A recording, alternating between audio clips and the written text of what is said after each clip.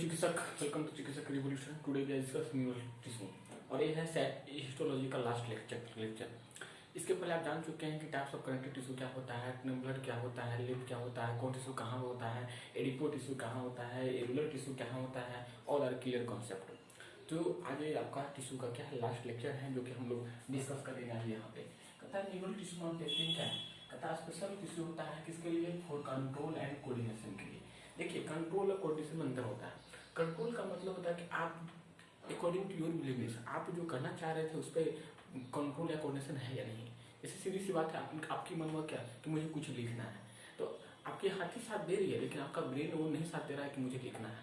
तो control coordination का मतलब क्या हुआ, दोनों साइमल्टेनियसली होना चाहिए। अगर आप लिख रहे हैं तो आप थिंकिंग भी कर पा रहे हैं। It is very important for control and coordination.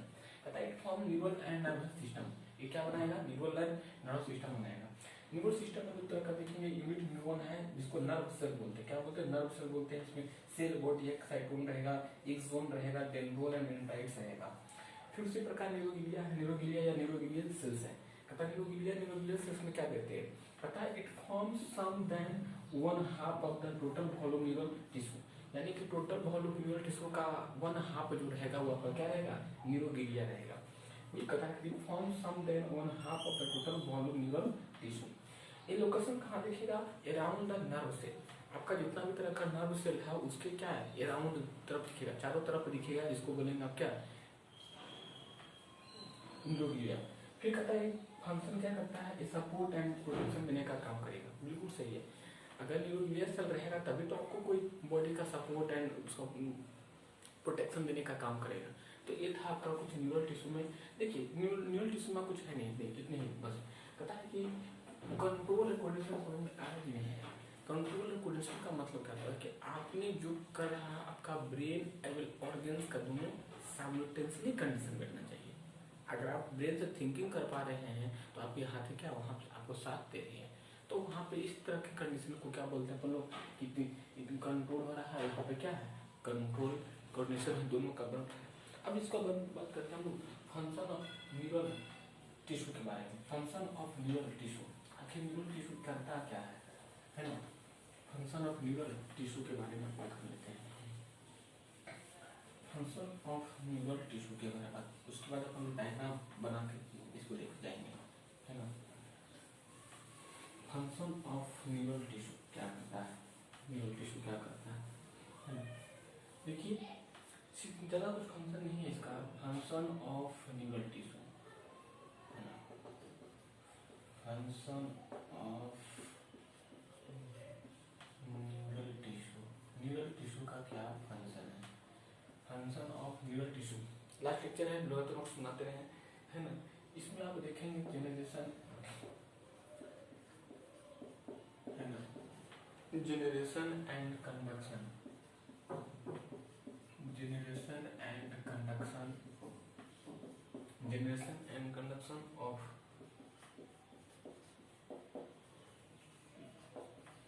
nerve impulse and क्या, electrical disturbance, electrical disturbance and electrical disturbance from one body parts to another, one body parts to another, clear है। दूसरा का है when a nerve cell is suitable stimulated, क्या, suitable stimulated and electrical disturbance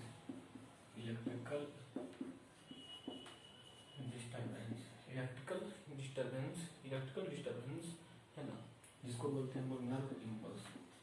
electrical disturbance का मतलब इसको बोलते हैं नर्व इम्पल्स, है ना।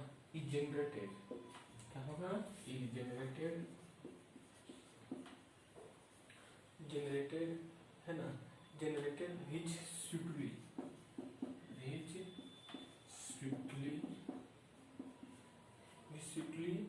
travels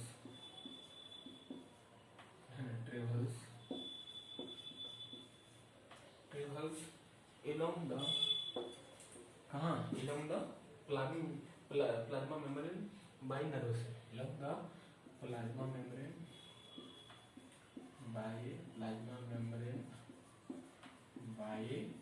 nerve cell। सीधी सी बात है, नर्व सेल के थ्रू देगा, सीधी सी आसान है। आसान में मतलब क्या फंक्शन यूनिट्स में देख रहे हैं, कहता generation and conduction of nerve impulse electrical disturbance from one body part two another, यानी कि क्या करेगा, एक बॉडी पार्ट से दूसरे बॉडी के पार्ट का जो भी बॉडी का इलेक्ट्रिकल डिस्टर्बेंस हुआ, मतलब सूचना के रूप में हुआ, नोटिफिकेशन के रूप में हुआ, वो आपको ले जाने का काम कौन करेगा, ये न्यूरो टिश्यू करेगा। कहता है when nerve cell is suitably stimulated electrical disturbance a nerve impulse is generated which swiftly travels along the plasma membrane by nerve cell, यानी कि जैसे ही कोई इन्फॉर्मेशन आएगा वो वन नर्व सेल से दूसरे नर्व सेल क्या होगा, ट्रांसपोर्ट होगा, इन्फॉर्मेशन कहाँ हो जाएगा। अब इसका अपन कुछ डायग्राम अच्छे से समझ लेंगे, ठीक है। यहाँ पे नोट डाउन की अभी diagram last function of neural tissue का लास्ट लेक्चर है, आप लगातार नोट्स बनाते रहें, है ना।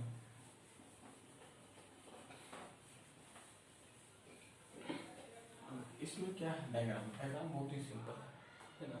आप इसमें आप देखेंगे बीच में यहाँ न्यूरोमिलिया इस तरह का स्ट्रक्चर और इस तरह का जोन बना रहेगा, है ना, जो आगे चल के जोन जो आगे चल के क्या बना देगा, आगे चल के बहुत सारा इस तरह का न्यूरो ट्रांसमीटर बनाया, क्या बनेगा, न्यूरो ट्रांसमीटर के रूप में आ जाएगा, इस तरह का गोला गोला रूप में, इसको बोलते हैं न्यूरो ट्रांसमीटर, देखिए, है ना, इस तरह का स्ट्रक्चर को बोलते हैं न्यूरो ट्रांसमीटर। यहाँ अंदर क्या रहेगा, ह्यूमन न्यूरो ट्रांसमीटर से रहेगा, सेरोटोनिन भरा रहेगा, ठीक है।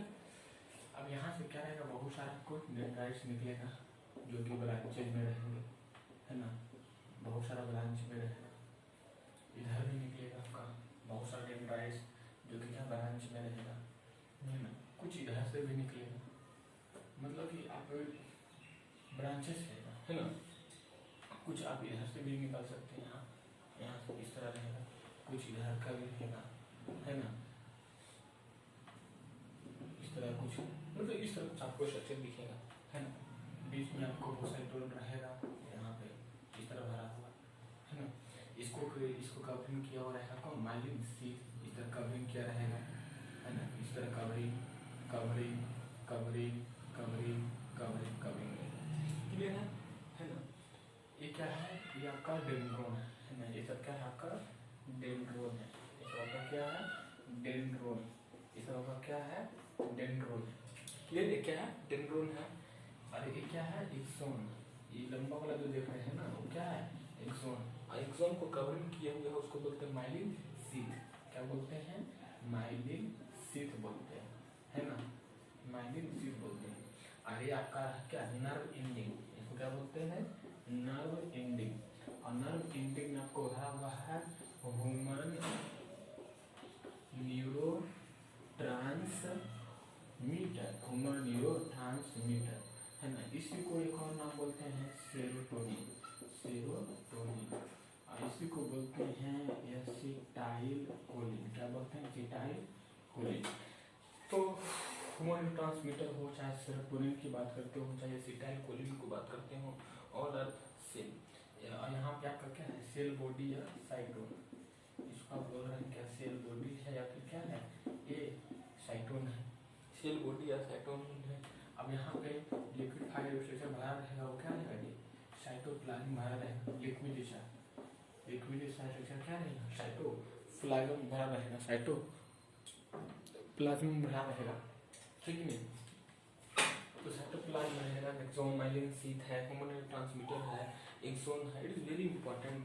आप यहाँ पे देखिए हो गया क्या है यहाँ पे, आप समझिए डायग्राम नोट कीजिए, वेरी इंपॉर्टेंट डायग्राम, ये जो डायग्राम है वेरी इंपॉर्टेंट डायग्राम है आपका, इसको याद रखिए।